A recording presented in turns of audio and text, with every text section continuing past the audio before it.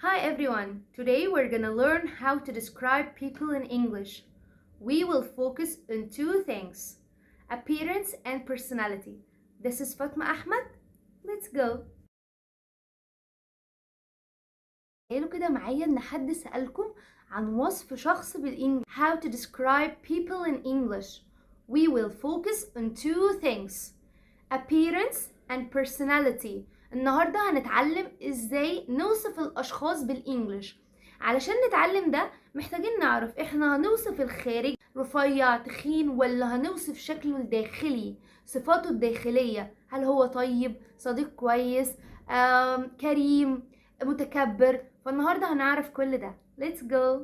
النهاردة نبدأ بالappearance. انا عايزه اوصف الشخص اللي قدامي، مثلا الهايت بتاعه، الطول بتاعه، هل هو طويل ولا medium height ولا short. يبقى انا بوصف 3: طول، medium height، short. طب خلينا ناخد example. She is medium height. She is short. He is tall. محتاجة اوصف مثلا البيلد بتاعه او الويت بتاعه، الوزن او البنية بتاعته شكلها عامل ازاي. مثلا هنبدأ ب thin او slim، رفيع، thin slim. fit اللي هم الناس مثلا بتوع الجيم اللي جسمهم واخد شيب كده معين فهم اسمهم fit. chubby ده زي مثلا الاطفال، عارفين الاطفال التخين بس شكلهم كيوت فبقول chubby. وبعد كده في عندي strong يعني قوي، strong. بعد كده في عندي fat يعني تخين. طيب خلينا ناخد example. ممكن اقول he is slim and fit. هو رفيع بس جسمه ليه شكل fit كده. he is slim and fit. the baby is chubby. the baby is chubby. هنتكلم عن الهير فهوصف طوله فهقول long، short، او مثلا curly، straight، wavy. طب هوصف لونه blonde، brown، black. وبالد يعني اقرع خالص مفهوش شعر. طيب يلا ناخد example. she has long curly hair. لما باجي اقول ان الشخص اللي قدامي عنده فهاف او has فبقول she has long curly hair. الملامح العامة او المظهر العام. فممكن اقول بالنسبة للwoman هقول beautiful pretty. beautiful pretty.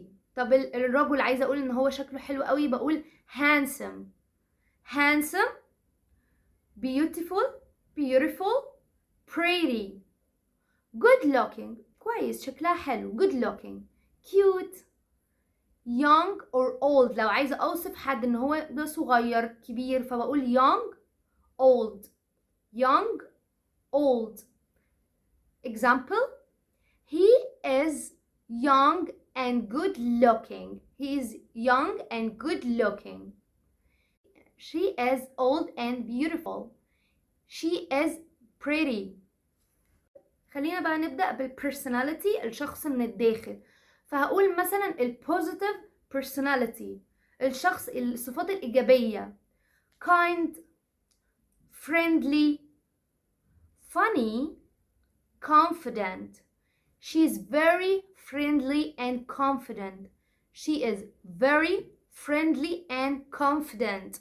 النيجاتيف personality ممكن مثلا نعتقد ان شاي عشان هي الأوبوزيت بتاع confident، فconfident هي positive لكن شاي negative personality. rude، الشخص اللي قدامي ده rude جدا. moody و lazy. he is nice but a little shy. he is nice but a little shy. تعالوا بقى ناخد full description كده نوصف بيه الأشخاص وهنتعلم ازاي نوصف شخص. she is medium height and slim. she is medium height هي طولها متوسط وسلم. she has long straight brown hair. دي good point جدا عايزاكم تركزوا فيها. ايه هي؟ انا لما اجي اوصف شعر حد وناس كتير قوي بتقع في البوينت دي بوصف، اعتبروا كده ان انتوا بتعملوا سكوب. فهتشوفوا الاول طول الشعر فهنقول she has long. بعد كده نوع الشعر ايه؟ straight. لونه brown hair. She has long, straight, brown hair. She is friendly and funny. She is friendly and funny. ناخد حاجة تاني.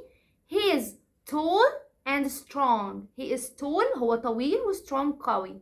He is bald and very confident. هي ملهاش علاقة قوي يعني. And that's it. And that's it. If you learn these words, you can describe any person easily. Write a short description in the comments and I will check it for you. أنا عايزاكم بقى دلوقتي تكتبولي short كده description عن أشخاص تعرفوهم. مثلا اختاروا أي 3، أختك أو أخوك، مامتك أو باباك، صديق ليك. اوصف الappearance بتاعه والpersonality، وبكده هتتعلم بسهولة جدا ازاي نوصف أي شخص.